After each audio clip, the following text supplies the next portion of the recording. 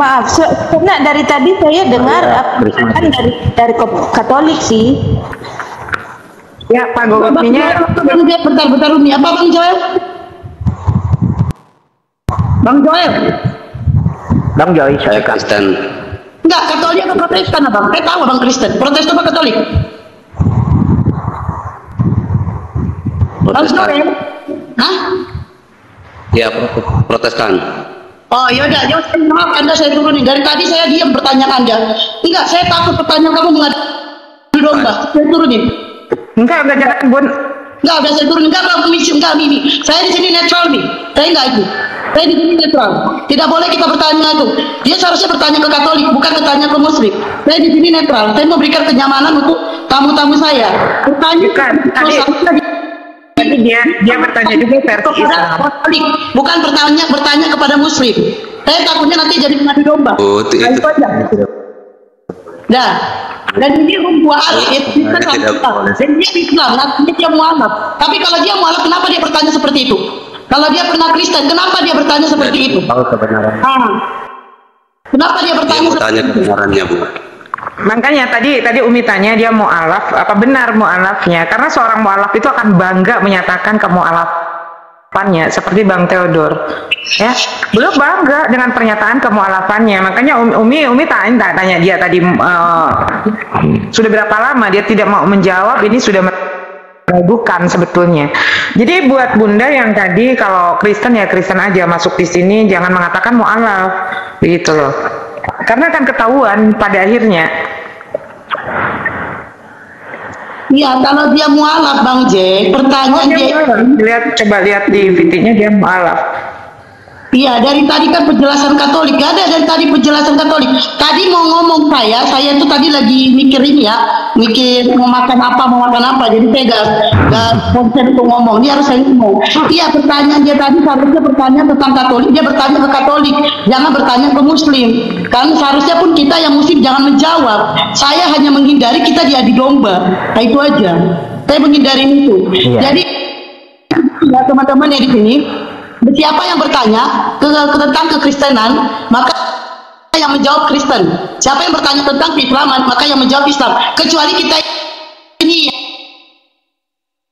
antara Bang Joel sama kita yang Muslim ini, memang kita dua arah gitu. Oke, lanjut Umi. Oke, jadi kalau di dalam Islam tidak ada, bisa ini kan tadi pertanyaannya di dalam Islam juga di dalam Katolik. Kalau di dalam Islam tidak pernah disebutkan Nabi Isa itu lahir di tanggal 25 Desember. Karena setahu Umi yang pernah Umi pelajari 25 Desember itu bukan kelahiran Nabi Isa alaihissalam, tetapi itu adalah sebuah festival Saturnalis namanya. Festival Saturnalis itu apa? Festival perayaan hari kelahiran Dewa Matahari ya. Jadi kalau misalkan di dalam kekristenan 25 Desember tidak ada juga dalilnya ya. Apalagi kalau kita merujuk kepada ayat-ayat di dalam yang ada di dalam Bible, itu tidak menunjukkan bahwa hari kelahiran Yesus itu di bulan Desember. Pada saat malaikat turun menjumpai para penggembala yang sedang menggembalakan ternaknya pada malam hari, itu tidak mungkin bulan Desember, karena bulan Desember di Israel sana, di Yahudi sana itu curah hujan sangat tinggi, musim dingin, dan ada larangan pemerintahan untuk para gembala tidak menggembalakan kambingnya. Jadi binatang Bentar Umi. Liausan dengerin baik-baik. Saya tidak sujon sama kamu. Saya menyarankan ke teman-teman saya ya, teman-teman saya yang ada di Komal, kamu dengar baik-baik, kamu dengar teman-teman ya. Kalau ada pertanyaan untuk bertanya tentang ke Katolik, maka yang menjawab harus Katolik. Kalau Protestan, maka yang menjawab Protestan. Di sini tidak ada Katolik. Tadi saya mendengar kamu, cuma saya tadi lagi mikir mau makan apa, dijawab Om Mimi-chan. Itu saya larang. Komal saya tidak boleh Muslim bertanya tentang kekristenan orang, tapi tidak ada orangnya di sini. Ya, di sini tidak ada Katolik. Saya menyarankan untuk teman-teman, ya hanya saja menjaga untuk tidak terjadi adu domba. Begitu ya. Liasan dengar saya ya. Jadi kami bukan sujon sama kamu. Saya menyarankan ke teman-teman saya yang di Komal. Dengerin, saya menyarankan ke teman-teman yang di Komal, ya. Dan kamu dari tadi bertanya tentang kekatolikan. Berapa lama kamu Kristen? Masa kamu tidak tahu tentang Katolik? Nah itu yang perlu dipertanyakan kamu seharusnya kamu. Kamu berapa lama Kristen? Kristen. Kok kamu tidak tahu tentang Katolik? Saya mualaf, saya tidak pernah bertanya tentang Katolik. Saya mualaf. Karena saya tahu, karena sama-sama masih menyembah anak orang. Nah, masalah 25 Desember di Katolik, kalau kamu Protestan, kamu juga tahu, karena kamu juga merayakan itu. Nah itu, jadi pertanyaan itu saya hanya menghindari pertanyaan jebakan yang akhirnya membuat adu domba. Coba kamu berpikir, kamu Protestan kan? Kenapa kamu tanya ke Katolik? Bukankah Katolik dan Protestan sama merayakan 25 Desember? Kenapa kamu bertanya seperti itu? Nah itu dia, ya. Pertanyaan kamu tuh, saya mualaf loh, saya mualaf. Bukan kamu saja yang mualaf, saya mualaf. Tidak orang mualaf. Banyak orang mualaf di sini, ya. Oke, lanjut Umi. Baik, jadi Umi menjawab dari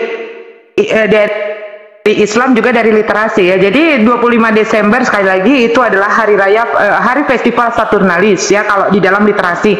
Hari festival Saturnalis itu adalah hari perayaan Dewa Matahari. Jadi kalau kita lihat di dalam Bible tidak ada Yesus dikatakan lahir 25 Desember.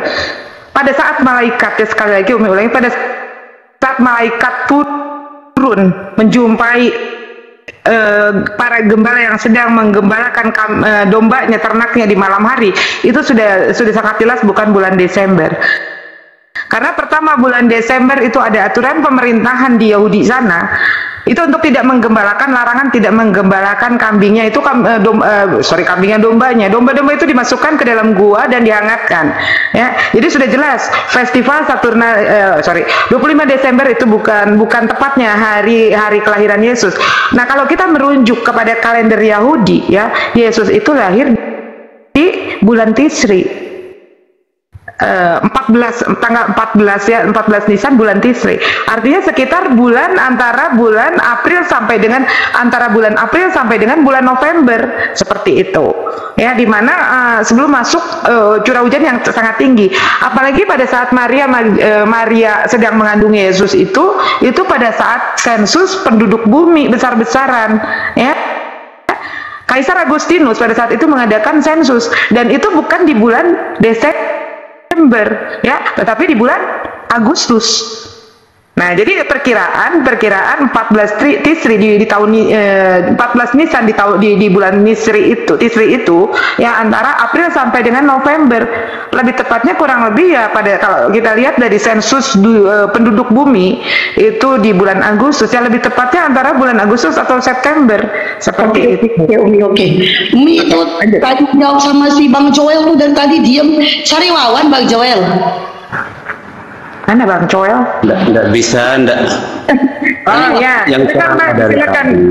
silakan Bang ditanggapi.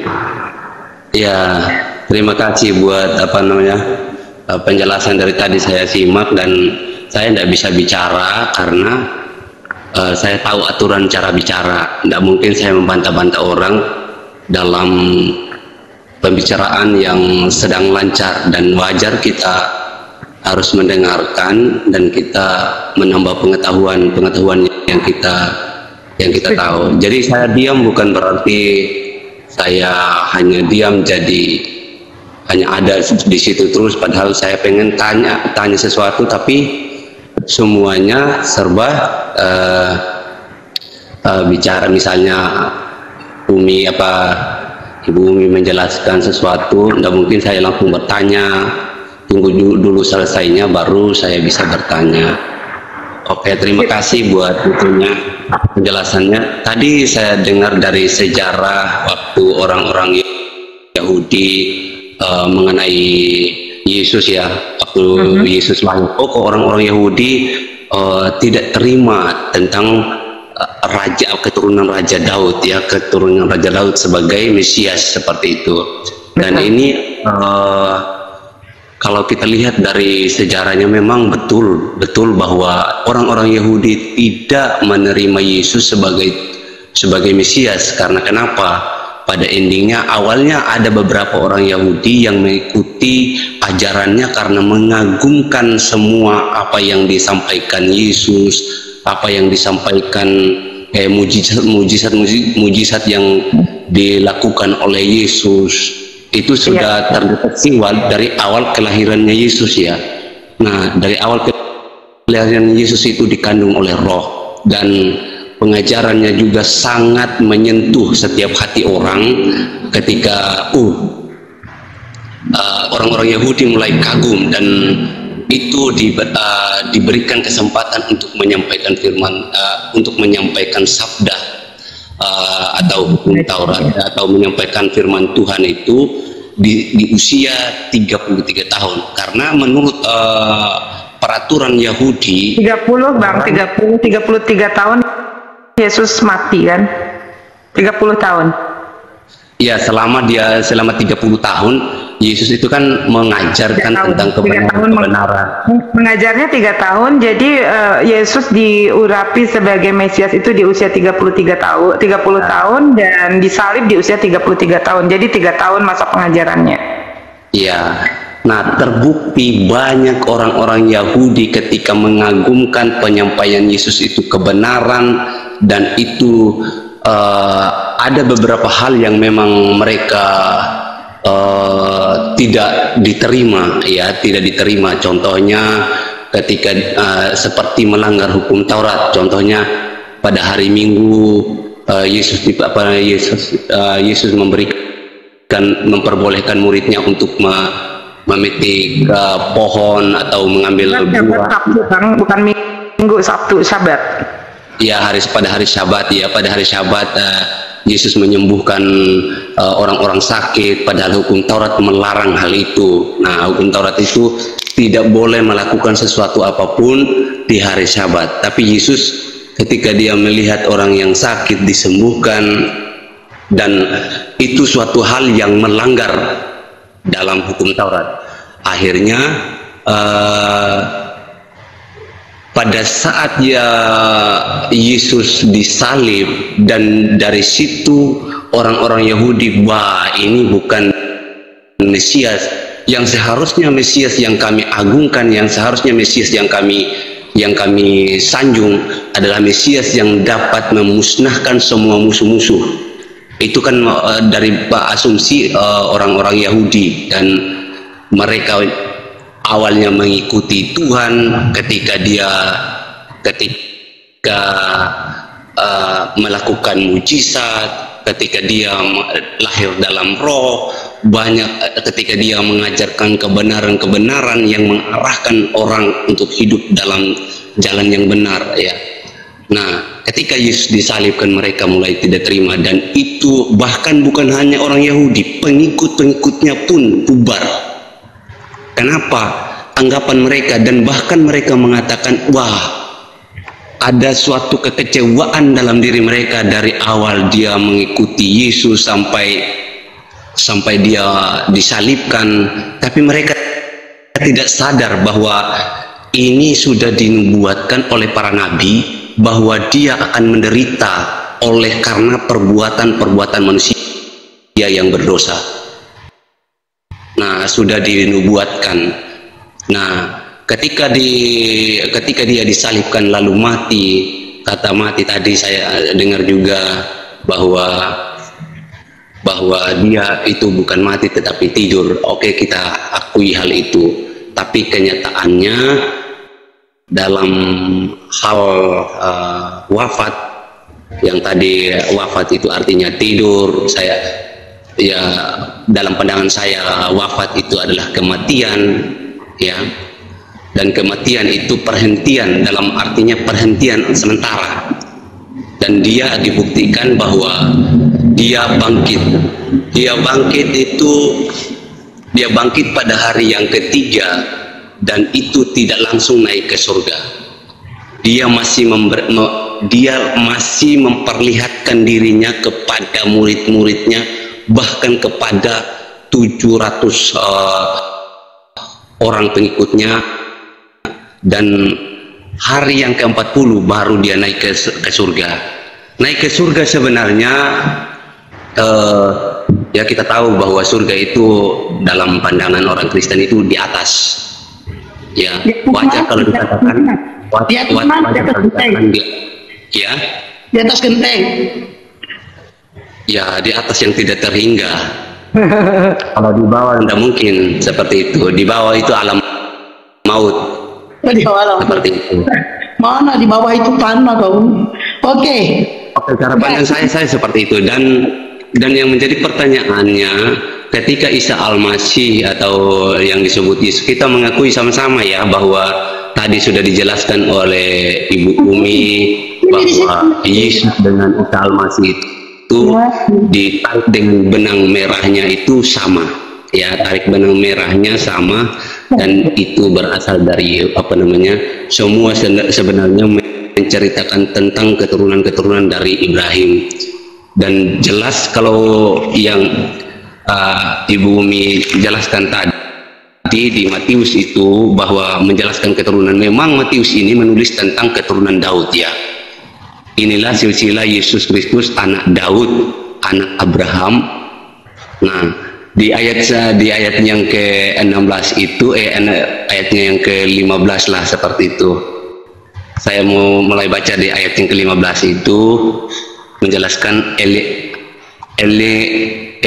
Eliud memperanakan Eliasar, Eliasar memperanakan Matan memperanakan Yakub, dan Yakub memperanakan Yusuf suami Maria. Tidak disebut Maria memperanakan Yesus, ya. Tapi kita disebut mau diskusi, jadi jangan panjang-panjang, udah ya. Oke, terima kasih. Baik. Biar dibantah sama Umi. Oke. Tadi Bang bentar. Jul, Tadi yang nanya Bang Jul Umbu ya? iya. Jadi Bang Jul, tadi Bang Jul membawa diksi bahwa Yesus dianggap melakukan pelanggaran Syabat, di mana di dalam hukum Sabat harus dikuduskanlah hari Sabat, tetapi Yesus pada hari Sabat, Yesus berjalan-jalan dengan ke-12 muridnya dan memetik bulir gandum di ladang orang. Artinya di situ kalau konotasikan dengan di ladang orang tanpa dia berbicara, itu memetik properti orang, dan ini dianggap sebagai pelanggaran hari Sabat.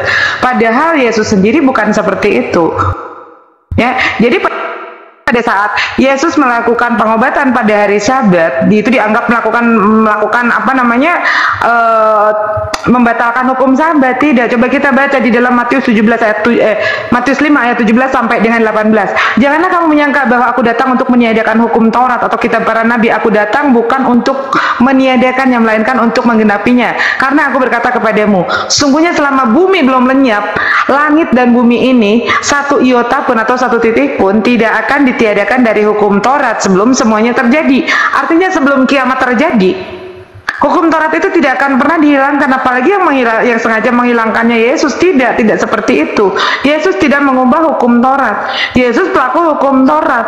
Ya, seperti itu. Jadi pada saat Yesus melakukan pengobatan tepat di hari Sabat, bukan artinya Yesus meniadakan atau membatalkan hukum Taurat. Tidak seperti itu ya. Terus tadi katanya setelah Yesus bangkit, Yesus tidak bangkit, tapi Yesus dibangkitkan. Adanya di mana? Di dalam Kisah Para Rasul pasal 2 ayat 32. Yesus inilah yang dibangkitkan Allah. Yesus inilah yang dibangkitkan Allah, dan tentang hal itu kami semua adalah saksinya. Jadi Yesus tidak bangkit sendiri, apalagi dikatakan di hari ketiga. Ya.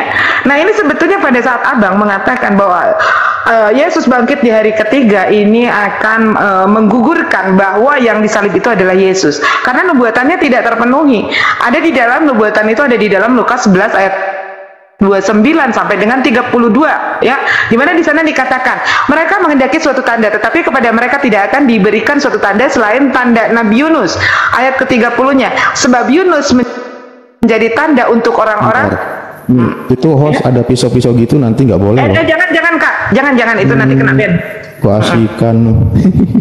Jadi tentang Yesus sudah dinubuatkan bahwa Allah itu mencintai angkatan dan tidak memberikan suatu tanda apapun kecuali tanda Nabi Yunus. Begitupun anak Allah akan hidup di dalam rahim bumi selama 3 hari 3 malam. Nah, ayat ini justru ayat yang Abang tadi bahwa anak manusia akan lahir, akan bangkit di 3 hari 3 malam. Itu membuat nubuat itu tidak tergenapi dengan orang yang mati di kayu salib, akan menunjukkan bahwa yang disalib itu bukanlah Yesus, karena nubuatannya tidak tergenapi. Pertama apa? Tidak akan diberikan tanda selain tanda Nabi Yunus. Nabi Yunus hidup di dalam perut ikan 3 hari 3 malam. Hidup loh ya, bukan mati. Nabi Yunus hidup di dalam perut ikan 3 hari 3 malam. Begitupun anak manusia akan hidup di dalam rahim bumi selama 3 hari 3 malam. Manusia yang mati di kayu salib mati loh, mati, kemudian katanya di hari ketiga akan bangkit. Coba kita hitung ya, itu tidak menggenapi nubuatan yang sudah dikatakan oleh Allah bahwa akan diberikan tanda seperti Nabi Yunus hidup di dalam perut ikan selama 3 hari 3 malam. Begitupun anak manusia akan hidup di dalam rahim bumi selama 3 hari 3 malam. Pertama di sana ada dikatakan hidup, kedua ada di dalam rahim bumi. Di dalam rahim bumi, kalau kita tanya anak SD pun tahu bahwa di dalam rahim bumi itu akan masuk ke dalam tanah, artinya dikuburkan. Tetapi apa yang terjadi dengan manusia yang mati di kayu salib? Tidak masuk ke dalam rahim bumi, tetapi diletakkan di atas batu di dalam gua. Ada dalilnya di dalam Bible. Artinya di sini menunjukkan bahwa yang mati di kayu salib itu bukanlah Yesus, tetapi yang diserupakan seperti apa yang dikatakan di dalam An-Nisa 157 bahwa Yesus itu tidak mati apalagi disalibkan. Karena nubuatannya sendiri apa yang ada di dalam Bible, anak manusia harus hidup di dalam rahim bumi selama 3 hari 3 malam. Artinya hidup di dalam tanah, masuk ke dalam rahim bumi 3 hari 3 malam. Tetapi manusia yang mati di kayu salib, pertama dia mati, kemudian dia tidak masuk ke dalam rahim bumi, tetapi dibaringkan di atas batu di dalam goa. Nubuatan sudah tidak tergenapi. Kemudian 3 hari 3 malam. Benarkah 3 hari 3 malam? Yesus disalibkan hari Jumat dan dikuburkan sebelum datangnya petang karena akan masuk hari Syabat. Yesus dikuburkan sebelum maghrib. Ya, di dalam kemudian setelah dikuburkan di hari Jumat petang. Di hari Jumat petang, kemudian di hari Minggu pagi, Maria Magdalena datang ke kubur Yesus. Ternyata Yesus sudah tidak ada di kuburnya. Nah, ini pertanyaannya diletakkan di atas batu di dalam gua atau dikubur? Karena di dalam Bible dikatakan bahwa Minggu pagi Maria Magdalena datang ke kubur Yesus, ke kuburannya, ya, dan mayat Yesus sudah nggak ada di situ. Artinya ini diskon tidak 3 hari 3 malam, tetapi 2 malam 1 hari, diskon 50%. Karena kalau 1 hari 1 malam 3 hari, ingat ya, 3 hari 3 malam, bukan 3 hari saja, tapi 3 hari 3 malam akan dibangkitkan. Sementara kalau kita hitung dari mulai Jumat petang sampai Minggu pagi, itu terhitungnya 2 malam 1 hari. Hari Jumat malam, kemudian hari Sabtu pagi, Sabtu malam, kemudian Minggu pagi, 2 hari 1 malam. Nubuatannya sudah gagal total lagi. Ini semakin menunjukkan bahwa yang mati di kayu salib itu bukanlah Yesus, karena nubuatannya tidak tergenapi. Seperti halnya apa yang ada di dalam Al-Quran. Bahkan Paulus sendiri mengatakan, nanti kita cari ayatnya, tentang keraguan penyaliban ini, dan Yesus dan Paulus sendiri memastikan bahwa Yesus itu adalah hidup. Nah, seperti itu. Silakan ditanggapi, Bang. Oke, baik, terima kasih. Sebelum menanggapi, aku mau nanya ke Bang Zulumzul tadi ya. Bang Zulumzul sepakat ya kalau Yesus Kristus itu adalah Isa Al-Masih juga? Sepakat. Seperti yang dikatakan Bu Umi tadi. Berarti kalau memang sepakat, saya mau tanya ke Bang Umbul sendiri, apakah tidak terlalu rancu atau terganggu atau berbahaya bagi Bang Jul?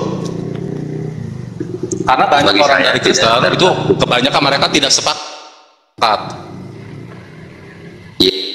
Ya, kayak karena saya tidak setiap orang punya pandangan dan itu bisa diterima tergantung dari imannya ya. Dan bagi saya ketika yang disampaikan tadi itu sangat jelas, dan sudah dari dulu saya mengakui bahwa Isa Al-Masih itu atau Yesus Kristus itu adalah yang sama, karena dilihat dari garis benangnya atau garis merahnya itu merujuk kepada orang-orang Yahudi, atau semua itu ada hal kesamaan yang disampaikan. Kalau masalah perbedaan tempat itu sejarahnya mungkin ada penyimpangankah atau bagaimana, saya tidak tahu ya. Tapi garis benangnya garis merahnya yang saya dapat pahami bahwa oh iya itu sama. Begitu, Bang. Tidak masalah bagi saya. Dan Umi nanti kalau memang Bapak sepakat, artinya begini, untuk membahas Yesus, artinya kami umat Islam juga itu akan merujuk kepada surat Maryam banyakan nantinya, begitu, akan merujuk kepada surat Maryam atau dan bukan hanya orang Kristen saja. Nah, bagi Bapak, seperti apakah Bapak sepakat?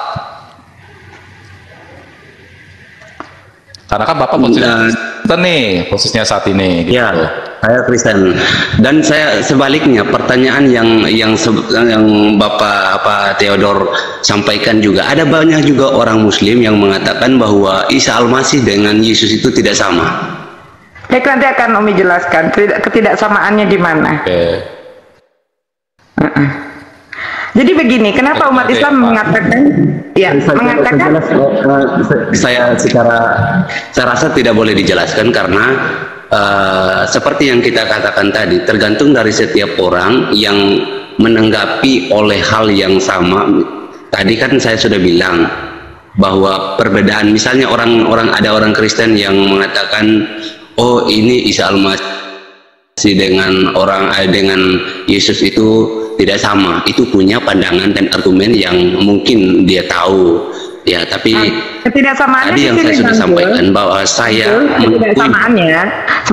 ketidaksamaan yang disampaikan oleh umat Islam bahwa Isa dengan Yesus itu tidak sama karena Nabi Isa itu tidak pernah dituhankan sementara Yesus dituhankan. Itu loh yang membuat kita mengatakan tidak sama, karena selalu mereka berbicara tentang Tuhan, ketuhanan begitu. Jadi sebetulnya Umi ingin memberikan informasi ini sama teman-teman Kristen, juga teman-teman Muslim. Sebetulnya siapa sih biang kerok yang menyatakan perbedaan antara Yesus di dalam Bible dan Nabi Isa yang ada di dalam Al-Quran? Bisa teman-teman Kristen buktikan sendiri. Siapa sih biang keroknya yang menyatakan perbedaan itu? Pertama, ya, dia adalah seorang penginjil, namanya Abdul Masih. Dialah biang kerok yang menyatakan bahwa Yesus yang ada di dalam Bible dan Nabi Isa yang ada di dalam Al-Quran berbeda. Itu adalah seorang penginjil namanya Abdul Masih. Teman-teman boleh cari informasinya. Ini Umi kasih ininya. Silakan buka di dalam buklet penginjilan halaman kelima. Buka di dalam buklet penginjilan halaman kelima. Disitulah si Abdul Masih menjelaskan bahwa antara Yesus yang ada di dalam Bible dan Isa yang ada di dalam Al-Quran itu berbeda. Jadi silakan dibuka di dalam buklet penginjilan halaman kelima. Ini adalah upaya mereka untuk membuat suatu perbedaan, begitu loh. Padahal kalau kita lihat tadi Bang Jul bilang, kita tarik benang merahnya bahwa di dalam Al-Quran dijelaskan tempatnya, tapi tidak dijelaskan selanjutnya. Tetapi di dalam Bible tempatnya tidak disebutkan, yang ada adalah setelah proses kelahiran. Betul nggak Bang Jul? Iya, betul, sejarahnya. Silakan Bang Jul. Iya. Silakan Bang Jul. Kayaknya bakal ada calon baru. Mengenai Insyaallah mudah-mudahan.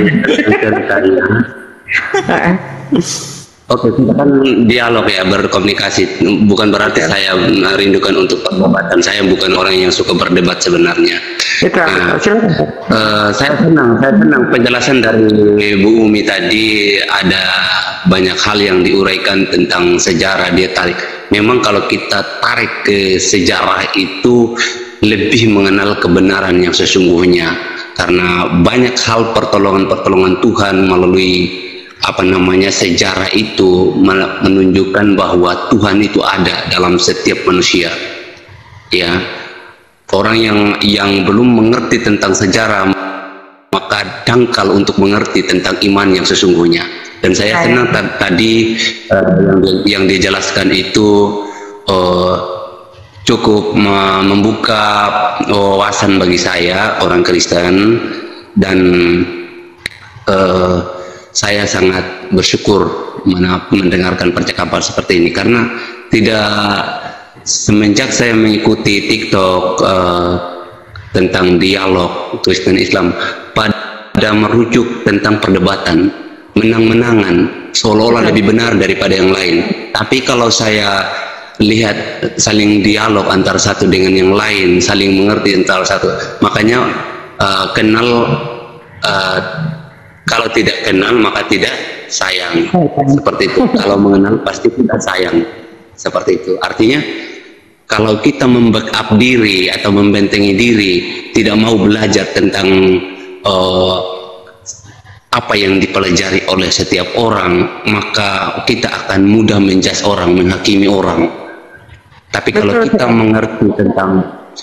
kita mengerti tentang pelajaran orang ini, oh ternyata seperti ini, seperti itu, akhirnya kita memahami, oh ternyata pengajaran seperti itu. Tinggal kita yang memfilternya, menjaring atau memfilterlah seperti itu. Jadi saya senang tadi ada sedikit pertanyaan bagi saya ketika dikatakan bahwa oh Yesus itu seolah-olah dia menikah, karena dari penjelasannya tadi berdasarkan aturan-aturan Yahudi, orang yang disebut rabi itu sudah mengalami pernikahan seperti itu. Tapi sangat jelas kalau saya lihat bahwa Yesus itu datang dalam kebenaran, datang dalam roh, bahkan sudah diakui bahwa dia tidak berdosa, naturnya tidak berdosa, tidak bercela. Bagaimana mungkin dia dapat menikah? Karena memang dia menjadi manusia yang sempurna, bahkan setiap perkataannya itu benar adanya, tidak ada yang salah, itu diakui. Kenapa dikatakan diakui dia adalah sempurna, manusia yang sempurna? Dari setiap para nabi, hanya dialah nabi nabi yang besar atau lebih daripada nabi yang sempurna, yang tidak bercela dan yang tidak berdosa. Itu sih kalau dari saya, bahwa saya mengakui bahwa Yesus itu tidak menikah.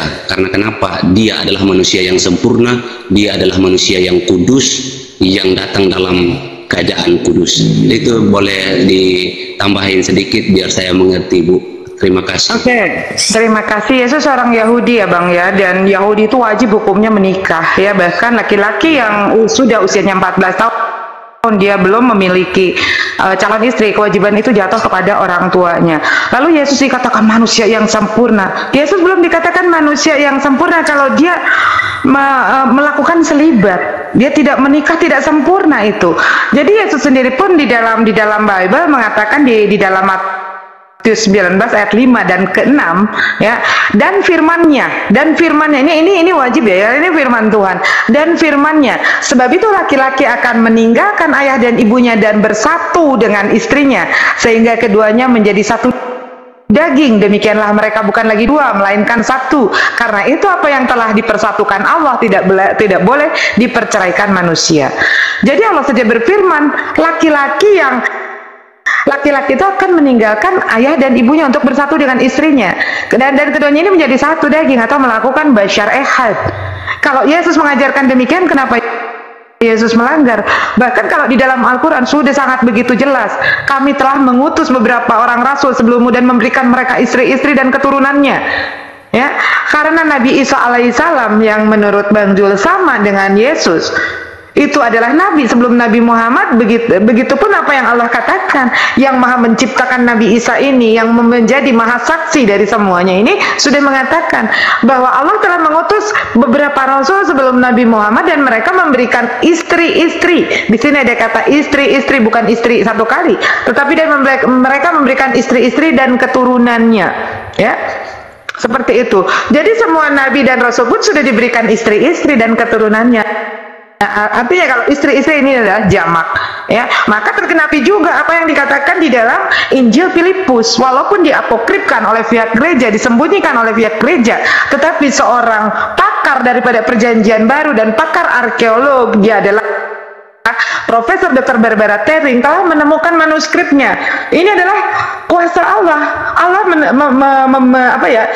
memperlihatkan kuasanya, bahwa seorang pakar Perjanjian Baru dan dia seorang pakar arkeolog, Profesor Dr. Barbara Tering, pada saat di Qumran dia menemukan manuskrip Injil Filipus, dan di sana sudah sangat jelas menjelaskan bahwa Yesus menikah, Yesus memiliki istri, bahkan berpoligami dan memiliki keturunan Ya, jadi kalau misalkan teman-teman Kristen menganggap Yesus tidak menikah, tunjukkan dong dalilnya. Sementara ayat-ayat yang ada di dalam Bible, pengajaran Yesus pun dan firman-Nya, sebab itu laki-laki akan meninggalkan ayah dan ibunya dan bersatu dengan istrinya, sehingga keduanya menjadi basar ehad, melakukan basar ehad, melakukan kidusin, melakukan pernikahan di bawah cupa.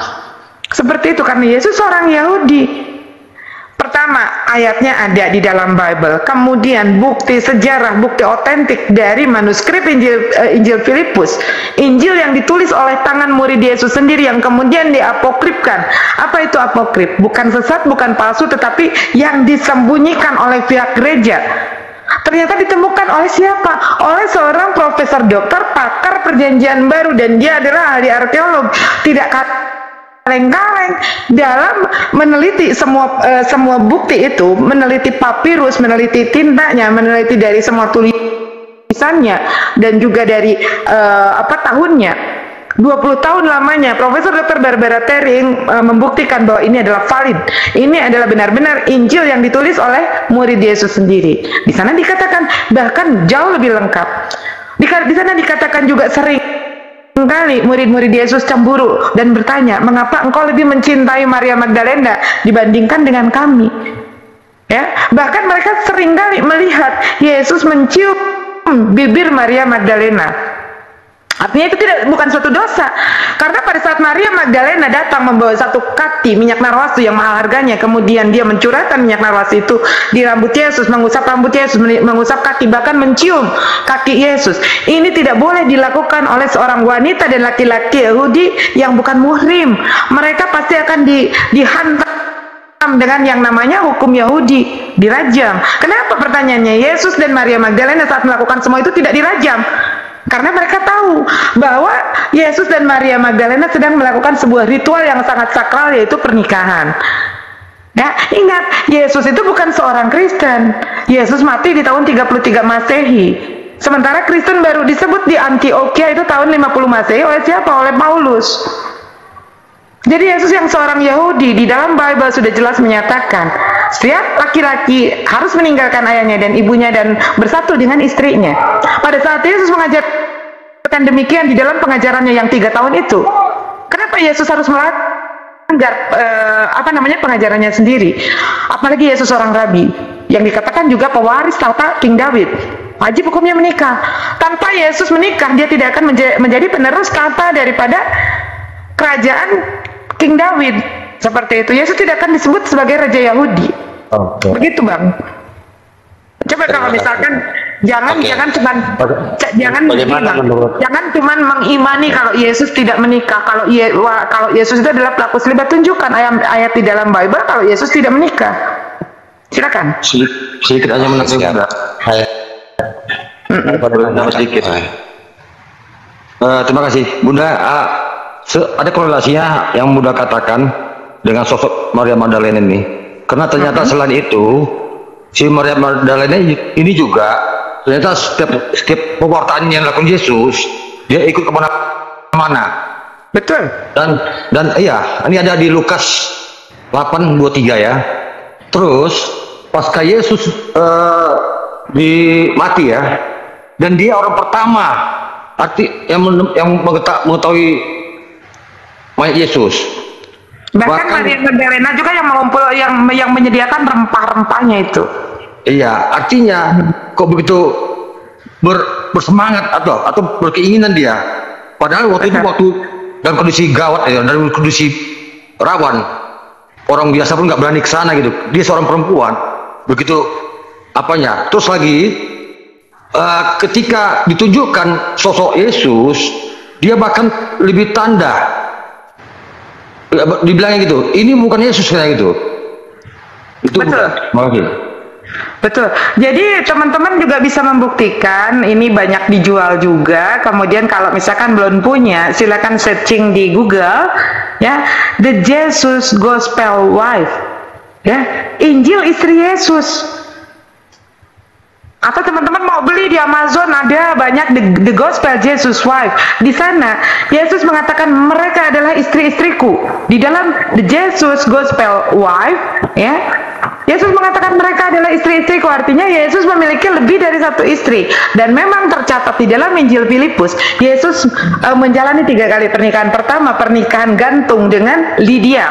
Kemudian yang kedua, dia menikah dengan Maria Magdalena, kemudian dikaruniai 2 orang anak. Tapi 3 orang anak, 2 namanya tidak disebutkan, dan yang satu disebutkan, yaitu Yesus Justus.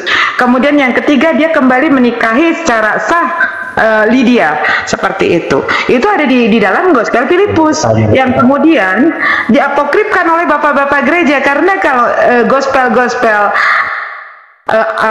murid-murid Yesus tidak diapokrifkan, tidak, justru yang dipakai adalah Injil sinoptik yang dikanonkan manusia, begitu kan, maka keimanan umat Kristen akan hancur. Ternyata Tuhan gua itu nikah dan punya anak, begitu loh. Jadi kalau teman-teman Kristen tidak percaya, silakan cari Injil Filipus. Boleh saya tanya lagi, Kak?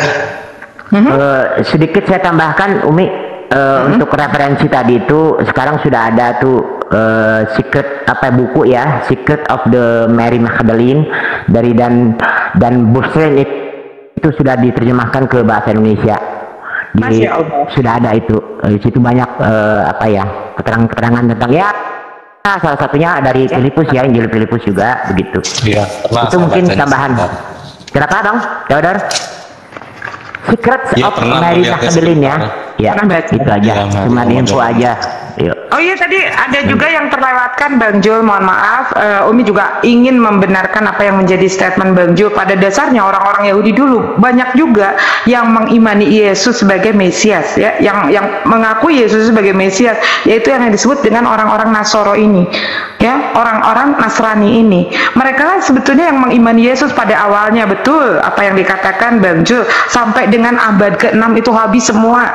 Para pengikut Yesus itu abad ke-6 itu habis semua. Karena sebagian ada yang kemudian bersekutu dengan Kekaisaran Bizantium, dan yang sebagian lagi banyak dibunuh oleh Kekaisaran Romawi ini. Para pengikut Yesus ini termasuk juga oleh Paulus. Di dalam Bible dikatakan bahwa Paulus ini adalah pembunuh jemaat-jemaat Allah. Di dalam Bible ya, makanya Yesus mengatakan di dalam Yohanes pasal 8 ayat 44, iblislah yang menjadi bapakmu dan kamu ingin mengikuti segala keinginan-keinginan bapakmu itu. Dia adalah pembunuh dari sejak semula ya. Nah, di sini orang pengikut Yesus ini dibantai oleh Kekaisaran Bizantium, termasuk salah satunya adalah Paulus juga yang turut serta membantai jemaat-jemaat Allah. Seperti itu sampai dengan abad ke-6, Bang Theo. Abad ke-6 sisa pengikut Yesus itu hanya sekitar 7 orang ya, yang kemudian diabadikan di dalam Al-Qur'an itu di dalam surat Al-Kahfi ya, 7 slaver. Kalau di dalam ajaran kekristenan ini dianggap sebagai cerita dongeng menjelang bobo aja, padahal ini adalah pengikut Kristus sejati yang kemudian mereka tinggal sisa 6 orang. Mereka masih dikejar-kejar untuk dibunuh oleh orang-orang Bizantium ya, juga orang-orang Nasrani yang sudah mulai bersekutu ya. Mereka menyatukan ajaran Nasrani ini dan mengkolaborasikan ajaran Nasrani ini dengan ajaran Bizantium atau ajaran Kekaisaran Romawi, itu bagian Yunani. Akhirnya sampai dengan pada saat itu Nasrani ini menjadi agama resmi dari Romawi begitu ya. Termasuk salah satunya adalah penyatuan tentang keagamaan, dan salib adalah salah satunya. Itu yang menjadi kolaborasi antara ajaran pagan Yunani dengan Nasrani yang kemudian mereka bersekutu dengan mereka. Nah, ini di abad ke-6 sisa tinggal 6 orang, Bang. 6 orang masih dikejar-kejar. Akhirnya mereka lari, di tengah perjalanan bertemu dengan seorang penggembala yang ditemani seekor anjingnya, dan dia juga ikut lari, bersembunyilah di gua Al-Kahfi. Inilah pengikut Yesus yang terakhir begitu, pengikut sejati Yesus, orang-orang Nasrani yang terakhir. Maka di dalam Al-Quran diabadikan di dalam surat Al-Kahfi. Nah, tapi orang-orang teman-teman Kristen selalu menganggap tentang 7 slaver ini dianggap sebagai dongeng menjelang tidur raja.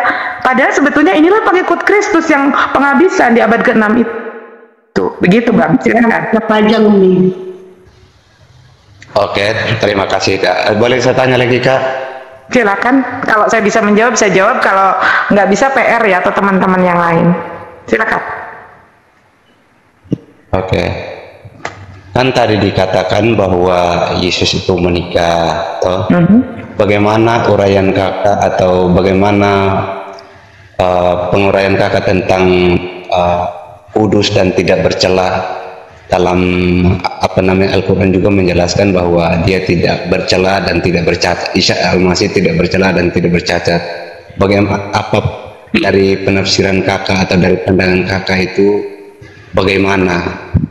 Apakah itu yang tidak bercela itu adalah harus beristri yang seperti dikatakan tadi? Karena dia kata tidak berdosa itu apa uraian kakak dari pandangan Islam?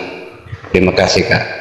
Baik, Yesus adalah salah satu nabi yang ulul azmi, ya, nabi yang dimuliakan. Dia suci tapi tidak maha suci. Para nabi itu maksum, ya. Para nabi itu suci tapi tidak maha suci, karena yang maha suci adalah Allah. Pada saat Yesus dikatakan suci, apakah dia tidak boleh menikah? Menikah ini ibadah, perintah daripada Allah. Makanya kenapa di dalam Matius 19 ayat 5 sampai dengan ayat 6 dan firman Allah ini, sebab itu laki-laki harus meninggalkan ayah dan ibunya untuk bersatu dengan istrinya. Artinya menikah ini adalah perintah, bukan dosa. Nikah ini bukan dosa. Di dalam Bible saja Matius 19:5 Matius 19 ayat 5 dan 6, di sini Allah memerintahkan sebab laki-laki itu harus meninggalkan ayah dan ibunya dan bersatu dengan istrinya. Artinya sudah jelas Allah memerintahkan untuk menikah. Ini apakah ini akan mengurangi kekudusan seorang nabi? Tidak. Nabi melakukan perintah Allah, masa dikatakan mengurangi kekudusannya? Ya. Yesus suci dari apa? Dari umpamanya dari dikatakan maksum tadi, bersih dari dosa. Sebetulnya bersih dari dosa bukan artinya Yesus tidak melakukan dosa, tetapi Allah akan mengampuni, membersihkan segala dosa-dosanya. Yang Maha Kudus itu akan mengampuni dosa-dosanya. Begitu, Bang. Silakan. Oke, dari setiap para nabi yang disebut suci itu apakah cuma Yesus atau ada nabi lain? Itu saja kak, terima kasih. Baik, tadi saya katakan 25 nabi. Sebetulnya nabi ada banyak, rasul ada banyak ya. Cuman yang disebutkan di dalam Al-Quran yang wajib kita ketahui ada 25. Tadi dikatakan 25 nabi itu adalah ulul azmi. Yang saya tanya itu kak, selain Yesus yang dianggap suci berdasarkan dalilnya dalam Al-Quran, apakah masih ada para nabi lain yang dianggap suci? Tolong sebutkan dalilnya kak. Ya, semua nabi itu dianggap bersih daripada dosa, dianggap suci daripada dosa. Semua nabi. Makanya saya tadi katakan 25 nabi itu disebut, sebentar Bang, 25 nabi itu disebut nabi ulul azmi. Itu harus benar-benar nabi yang masuk ke dalam kriteria Allah. Allah tidak mungkin mengangkat dia menjadi seorang nabi, apalagi dinaikkan lagi derajatnya menjadi seorang rasul kalau manusia itu berdosa. Begitu loh Bang. Ya, ayatnya di mana yang sering kali dikutip oleh teman-teman Kristen bahwa katanya Yesus terkemuka di dunia dan di akhirat, begitu kan? Nah, ini ayatnya ini bahwa benar dikatakan di dalam Al-Quran Nabi Isa itu terkemuka di dunia dan di akhirat. Tapi jangan berhenti sampai di situ karena masih ada lanjutannya, bahwa dan dia adalah salah satu dari orang-orang yang didekatkan kepada Allah. Salah satu berarti ada beberapa. Kalau dikatakan di sana salah satu berarti ada beberapa. Karena di dalam ajaran Islam semua nabi itu sama. Bahkan Nabi Muhammad lebih daripada nabi-nabi yang lain. Kita lihat dari gelar. Allah memberikan gelarnya apa? Sallallahu alaihi wasallam. Dan nabi-nabi yang lain walaupun sama-sama nabi ulul azmi, ya. Tapi Rasulullah disebut sebagai penghulu nabi. Maka di sana diberikan gelar sallallahu alaihi wasallam dibanding. Tapi kalau nabi-nabi yang lain disebut sallallahu alaihi wasallam. Saya cuma tanya tadi, kan ada di dalam dalil Al-Quran itu mengatakan bahwa Isa Al-Masih itu tidak bercela dan tidak disentuh oleh dosa. Apakah di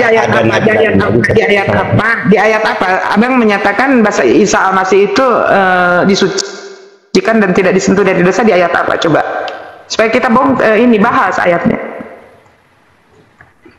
Coba kayaknya saya pernah dengar bahwa pernah lihat apa? Saya lupa ayatnya kak, karena disebut bahwa dikatakan tidak bercela dan tidak disentuh oleh dosa. Saya pernah tidak disentuh oleh dosa dan tidak bercela. tolong atau tidak disentuh oleh dosa lah, coba searching di Google kah atau Bentar pasti ya. akan muncul itu. Siap. Ya, pertanyaannya apakah ada nabi lain yang seperti itu, tidak disentuh oleh dosa atau cuma Isa Al-Masih? Ya semua nabi. Tadi udah aku sampaikan di mana, nggak ada ayatnya, Bang. Nabi Isa nggak ada ayat itu di mana. Gini. Memang semua nabi tidak berdosa, tapi melakukan kesalahan ada. Seperti Nabi Yusuf melakukan kesalahan, gitu.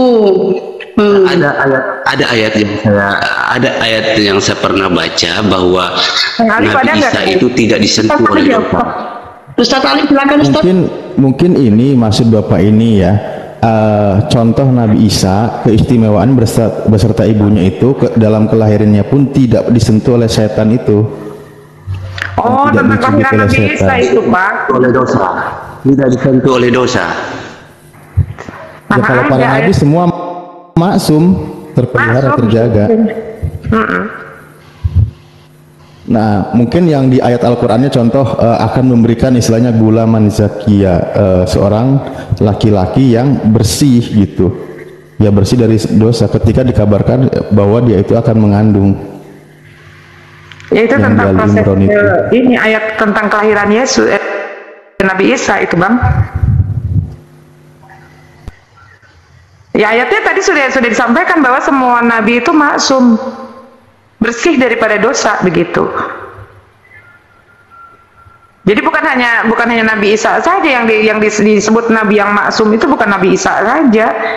Nabi Muhammad apalagi dikatakan beliau adalah walaupun nabi penutup, tapi beliau disebut dengan penghulu para nabi.